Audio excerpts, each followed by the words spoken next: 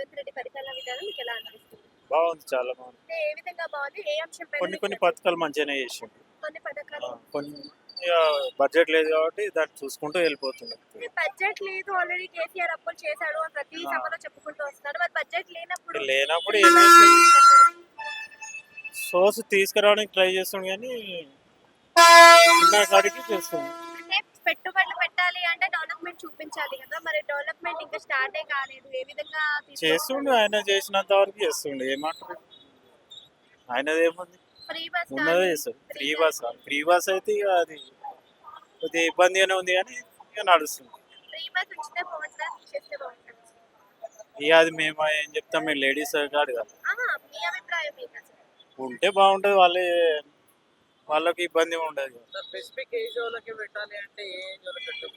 Free bus. ఇక senior వాళ్ళకి పెట్టాలి, సీనియర్ సిటిజన్ వాళ్ళకైతే బెస్ట్ అండి. హైడ్రా గురించి ఏమంటారు?